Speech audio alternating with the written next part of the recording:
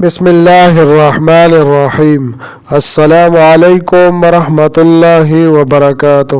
عزتمند مسلمانانو ورونو او خويندو، امید لرم چې تاسو به روغ جوړ بیئ او خوشحال بیئ. زما د الله رب العزت نه دا دعا ده، دا سوال دی چې تاسو چرته هم یئ، الله رب العزت مو همیشه د پاره روغ جوړ خوشحاله و آباد ساته.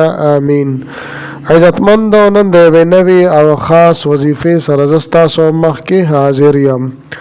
نن درته زما عزتمندو د هفتې د ورځې یوه ډېره عظیم الشانه لاجوابه وظیفه بیانوم. دا وظیفه زما عزتمندو د هغه وروڼو او خویندو دپاره ده چې په هغوی باندې بندش وي او هغوی باندې رکاوټ وي. د دغې بندش د وجې نه او د دغې رکاوټ د وجې نه د هغوی رشتې نه کېږي یا د چا کاروبار دی هغه نه روانېږي، نو تاسو د عظیم الشانه وظیفو کې کریم رب به درته منپسند ځای کې رشته در نصیب کي. یا داسې وروڼه او خویندې چې په هغوی باندې چاکوډې او جادوان او منترې او غلط تعویضونه کړي وي، د دې وجې نه د دې زړه پریشانه وي او زړه په لړزان وي او دوی ته هیڅ کله هم اطمینان او امن او سکون نه حاصلیږي. هر وخت بېچینه وي، بې سکونه وي او پریشانه وي. نو که تاسو دا غواړئ چې زمونږ د اثرات ته زمونږ نه ختم شي، نو د هغې دپاره دا ختم ډېر زیات مفید دی. زما عزتمندو، دا وظیفه به تاسو د هفتې په ورځ باندې نن لازمن کوئ. یوه ډېره خاصه مجربه وظیفه ده، ډېره مختصره وظیفه ده، خو لیکن کمالات او ثمرات او فواید او برکات ډېر زیات دي. هغه وروڼه چې د هغوی کاروبار ولاړ وي، روزګار یې ولاړ وي او د هغې د وجې نه هغوی هر وخت پریشان حاله وي، نو د هغوی دپاره دا وظیفه دا عمل ډېر زیات مفید دی. یا زما عزتمندو، تاسو باندې بندش وي، په هر یو کار کې درته رکاوټ مخې ته راځي، کار مو سمې نه خوري، په تاسو باندې چاکوډې او جادوان کړي وي، منترې وي، یا ستاسو په کورونو کې د جناتو مسله وي، غلط تعویضونه وي، نو تاسو دا وظیفه پوره توجه او دھیان سره وکئ. الله رب العزت به د ستاسو په ژوند کې د خوشحاله انقلابات انشاءالله تعالی راولي. زما عزتمندو، دا د قرآن عظیم الشان د یو صورت مبارکه یو خاص وظیفه او قرآنی عمل دی. دا صورت مبارکه الله جل شانه د خپل پیغمبر حضرت محمد صلی الله علیه و آله وسلم په نوم مبارک سره مسما کړی دی. په دې صورت کې زما عزتمندو نبی کریم صلی الله علیه و آله وسلم ته تسلی ورکړی شوې ده. دا صورت مبارکه په 26مه پاره کې یو عظیم الشان صورت مبارکه دی. لہذا زما عزتمندو، د دې دا ختم او د دې د وظیفې د طریقې کار ډېر زیات آسان ده، ډېر آسانه طریقې ده. طریقې دا ده زما عزتمندو چې تاسو به اول او 10 چردام به صحیح طریقې سره وکئ. او 10 چردام د دې لپاره لازمي ده چې په دې کې 2 رکعاته نفل دي. خو زما عزتمندو دا خبره تاسو یاد ساتئ چې نفل 3 ټیمونو کې نه کېږي، نو لہذا په 3 ټیمونو کې به تاسو دا وظیفه نه کوئ او نه شئ کولی.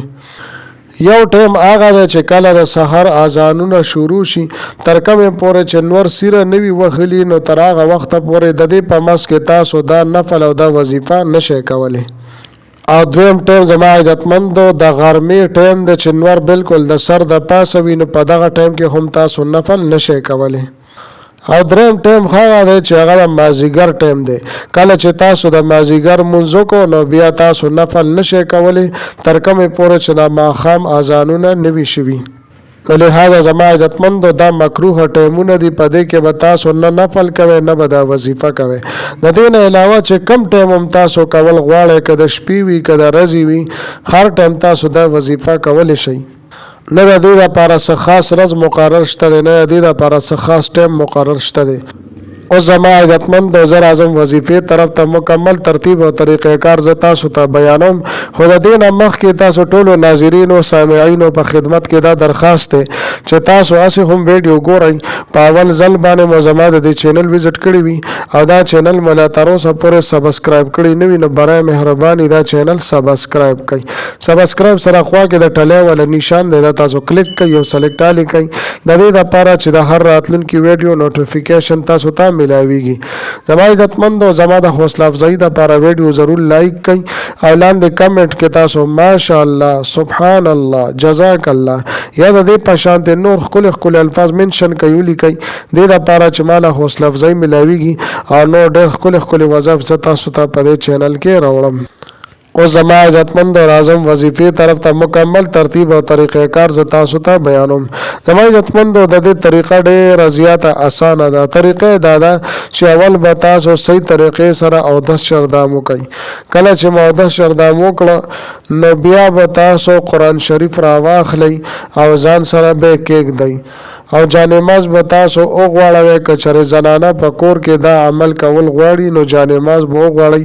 دغه رنګې نارینه هم په کور کې دا عمل او دا وظیفه کولی شي یا نارینه که په مسجد کې کوي نو بیا هم کولی شي. نو د دې نه پس به تاسو طاق عادت کې 3 پیرې یا 15 پیرې یا 9 پیرې یا 11 پیرې به تاسو درود شریف ولولئ. ښه دا ده چې درود ابراهیمي یعنی اللهم صل علی محمد وعلى آل محمد تر اخره پورې دا تاسو ولولئ. بیا به زما عزتمندو سورت محمد صلی الله علیه و آله وسلم د سر نه شروع کوي او د دې تلاوت به تاسو کوي مکمل سورت به تاسو ولولئ. بیا به قرآن شریف بند کوي او پاو سي 2 رکعاته نفل به تاسو وکړئ. کله چې مو 2 رکعاته نفل وکړه نو بیا ورپسې 3 پیرې درود شریف ولولئ. ښه دا ده چې درود ابراهیمي ولولئ. د دې نه پس به بیا سورت محمد صرف 1 پیره ولولئ او بیا به پاسې 2 رکعاته نفل وکړئ. دې طریقې سره زما عزتمندو د 2 رکعاتو نفل نیت به تاسو تړئ او هر 2 رکعاتو نفل نه مخکې سورت محمد به 1 پیره تاسو ولولئ. دې ترتیب سره دستاسو به 9 پیرې د سورت محمد دا ختم شي او 9 پیرې به تاسو د نفل نیت وتړئ. ستاسو به 14 رکعاته نفل به مکمل شي. کله چې مو 9 پیرې د سورت محمد دا ختم وکړو او 14 رکعاته نفل مو وکړو نو په آخره کې بیا طاق عادت کې تاسو درود شریف ولولئ. چې څومره مو مخکې ویلو هغه عمره درود شریف بیا ولولئ. که مخکې مو 3 پیرې ویلو یا 15 پیرې یا 9 پیرې یا 11 پیرې نو آخره کې بیا هم هغه ترتیب سره ولولئ. د دې نه پس به د دعا دپاره لاس پورته کړئ چې ستاسو څه مسله هم وي څه مشکلات او څه پریشاني وي د الله جل شانه نه په اخلاص سره په جړا سره په عاجزۍ سره دعاګانې وغواړئ. انشاءالله تعالی ضرور به الله جل شانه ستاسو مدد فرمایي. زما عزتمندو د دې د برکاتو به تاسو ته هله پته ولګي کله چې تاسو دا وظیفه وکړئ. الله جل شانه په دې کې څومره برکات او اثرات کې ښودلي دي تاسو ته خپله د هغې نه اندازه ولګي. زما عزتمندو ډېره بهترینه وظیفه ده ډېره مجربه وظیفه ده چې نبی علیه الصلاة والسلام د تسلی دپاره دا صورت مبارکه نازل شوې دی. نو زمونږ زړه ته به تسلی ولې نه میلاویږي زمونږ زړه ته به آرام سکون او اطمینان ولې نه میلاویږي. لہذا زما عزتمندو که چېرې تاسو پریشان یئ او په تکلیف کې په غم کې په مصیبت کې یئ نو دا عمل او دا ختم تاسو ضرور کوئ. انشاءالله تعالی دغه پریشانۍ دغه تکلیفونه دغه غمونه به الله جل شانه ستاسو را دفع وګرځوي. زما عزتمندو ډېره بهترینه مجربه وظیفه ده. په خپله باندې هم وکئ او خپل کور خلکو ته خپل وروڼو دوستانو ته هم د صدقه جاریې په طور باندې شیر کړئ ځکه چې د نیکۍ خبره خورول او شیر کول د صدقه جاریه وي.